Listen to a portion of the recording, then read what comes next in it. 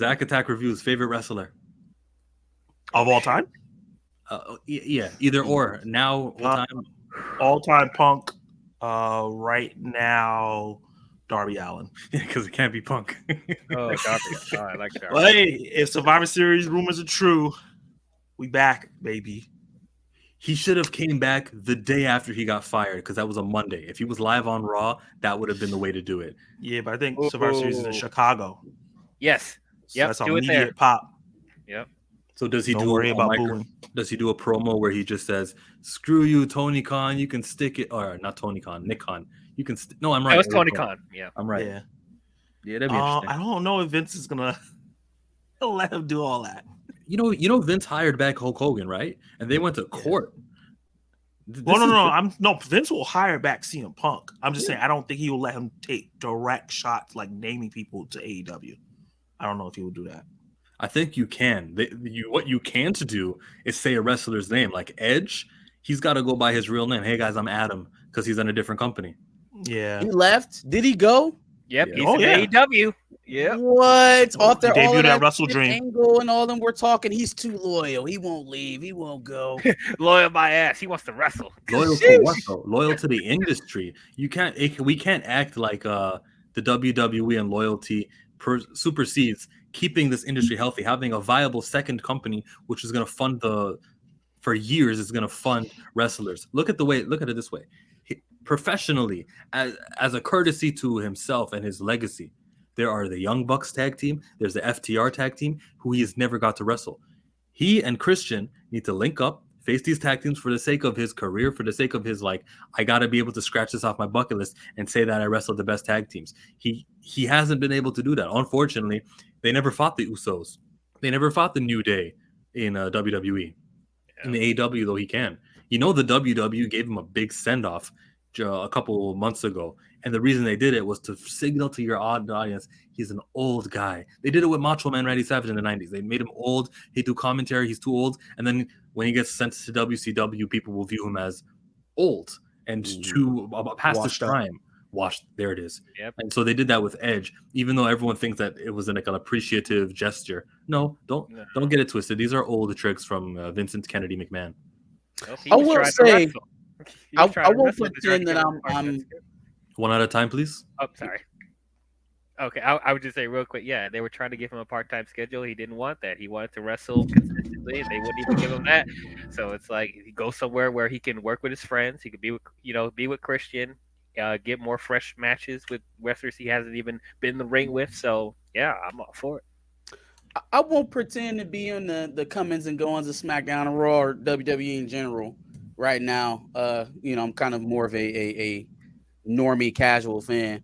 But I will say, when I was watching wrestling, one of the most interesting times of watching was when Eric Bischoff and WCW really made a strong push to kind of challenge WWE at that time. And it was like they were having wars with each other from different networks. That shit was awesome. That shit was awesome. So the WWE has a network. It was kind of the first streaming service kind of network, and they had shows also that you could just plug in and play and watch, and they released them weekly. One of them was Monday Night Wars, where they featured, like, I think it was 10 episodes. Do you guys remember how long? But they explained how Nitro went live in 1995. Yeah.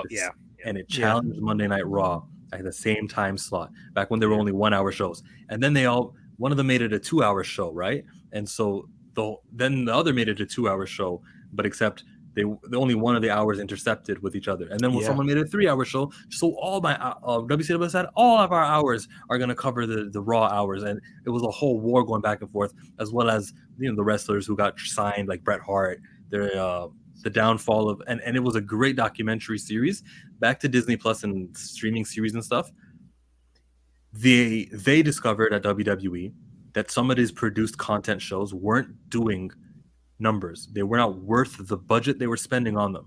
The live pay-per-views that happen once a month, fans all flocked, millions of views, or 1 million views, because they only had like 1 million subscribers, and they never got to 2 million, which was fine though for their business. Everyone, 99% of people watched their live pay-per-views. A few people We're watching the video library that they had, which was every match that's ever happened on a pay-per-view or a TV show. And the produced content, which was documentary series and sort of The round tables. They had some really in-depth, great content. Just people weren't watching. let's remember that the round tables are cheap to produce. You get a little restaurant, you get some tables, you get some 3 wrestlers, guys talk, we'll shoot, and we'll edit it later.